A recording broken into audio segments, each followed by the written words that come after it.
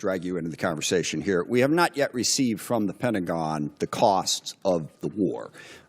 So just for the record, we'd like to get that as soon as possible. Certainly the munitions expended, but also underreported is we've had a fair amount of equipment destroyed, including 2 C-130s with the rescue of our downed airmen.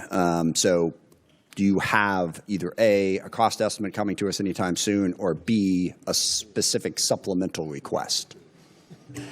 Thank you for that question. So approximately at this day, we're spending about $25 billion on Operation Epic Fury. Most of that is in munitions. There's part of that is obviously O&M and equipment replacement. We will formulate a supplemental through the White House that will come to Congress once we have a full assessment of the cost of the conflict. Sure. So you're saying the full cost at this point is $25 billion? Yeah, that's our estimate for the cost. Okay.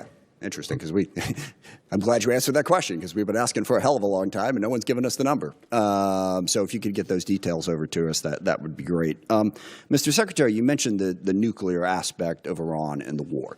And it is worth noting that every president prior to this one, including President Trump in his first term, also prevented Iran from getting a nuclear weapon without actually having to go to war in Iran. So we need to keep that in mind. But also, since the war started, Iran's nuclear arsenal has not been weakened in any way. And at the moment, in negotiations, what Iran is saying, basically pay us to open up the strait.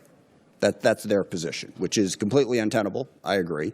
It's worth noting, of course, that the strait was open before the war started. Now we're negotiating to get back to status quo.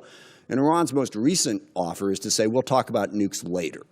So what is the plan to actually turn all of this lethal kinetic action into an improvement in the nuclear situation? Because we haven't gotten there yet. Play it out for us. How does that happen? How does it actually lead to that result?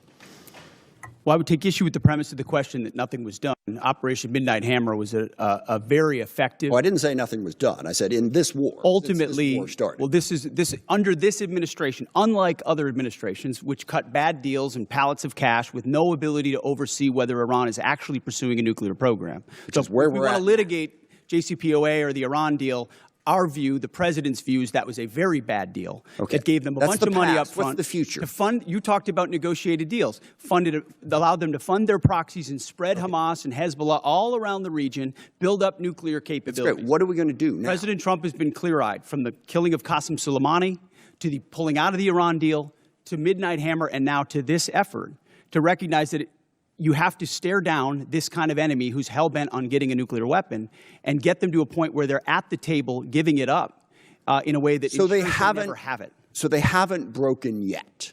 Okay, we haven't gotten there yet. For all of the well, their nuclear facilities have been obliterated. Underground, they're buried, and we're watching them 24/7. So we know where any nuclear material reclaiming might be. my time for we're just watching a quick second here.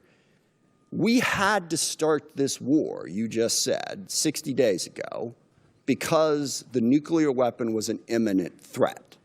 Now you're saying that it was completely obliterated? They had not given up their nuclear ambitions, and they had a conventional shield of thousands of missiles. So Operation Midnight Hammer accomplished nothing of substance. It left us at So yeah, it is nothing of substance. That Operation Midnight Hammer was completely useless. It was a PR stunt to win publicity for Donald Trump. Hey, I have solved this problem with just one bomb in just one night. Nobody could do this before. Only to find out later on that he will be like, I have to go back to war because their nuclear weapon is still there. Oh, they have nuclear weapon. I mean, American people can afford extra money at the gas station, pay that price, extra price, but they cannot afford Iran having nuclear weapons. So what did you do back in July of last year, 2025? Did you not obliterate it there? Like, did you not do that? Like, what are you trying to tell us now? It's all lies. This is all lies. Exactly the same place we were before. So much so their that facilities we had to were start bombed a war. and obliterated.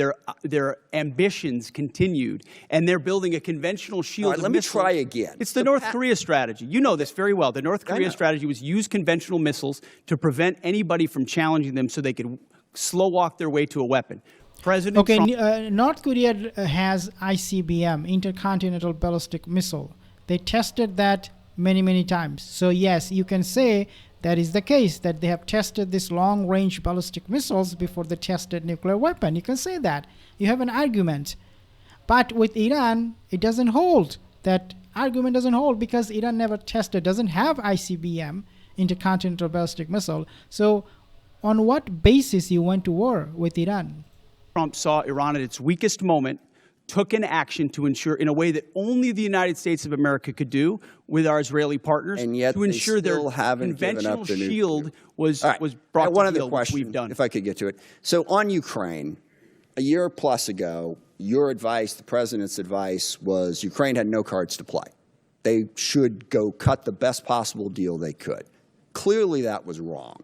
What did you miss? What did you miss about the conflict between Russia and Ukraine that you didn't see that Ukraine was going to be capable of doing what they've done in the last 14 months? What we didn't miss, and we're here in this committee, is that Joe Biden, with no accountability, gave hundreds of billions of dollars of our weapons to Ukraine, to an outcome that never you're would not have gonna happened if you're not President gonna Trump answer was the president. question. So he pulled Isn't it the same case with Iran? You have spent hundreds and billions of dollars of your military assets that were completely destroyed in a matter of just few days. Isn't it the same thing? Why are you accusing Joe Biden? I mean, I'm not a fan of Genocide Joe, but it has to make sense. He spent wasted billions of dollars of worth of military assets and arsenal or whatever you. How much money you have spent? This war already cost them $25 billion without those damaged equipments or radar system being rebuilt. Just the Tomahawk cruise missiles, just those SMSR, whatever missile system they have, for those operational cost, going on the offensive cost them $25 billion. And one estimation that says it could be actually $40 to $50 billion if you include the damages. you guys don't talk about that. Ultimately, President Trump believes there should be a peace deal between Russia and Ukraine. And that serves But you the best didn't interests expect of both Ukraine to be parties. where they're at right now. I'm asking you, just from a strategic standpoint, Listen, what I did think the you miss? Ukrainians have shown great courage, and I appreciate that Europe is now paying for the any weapons that we provide.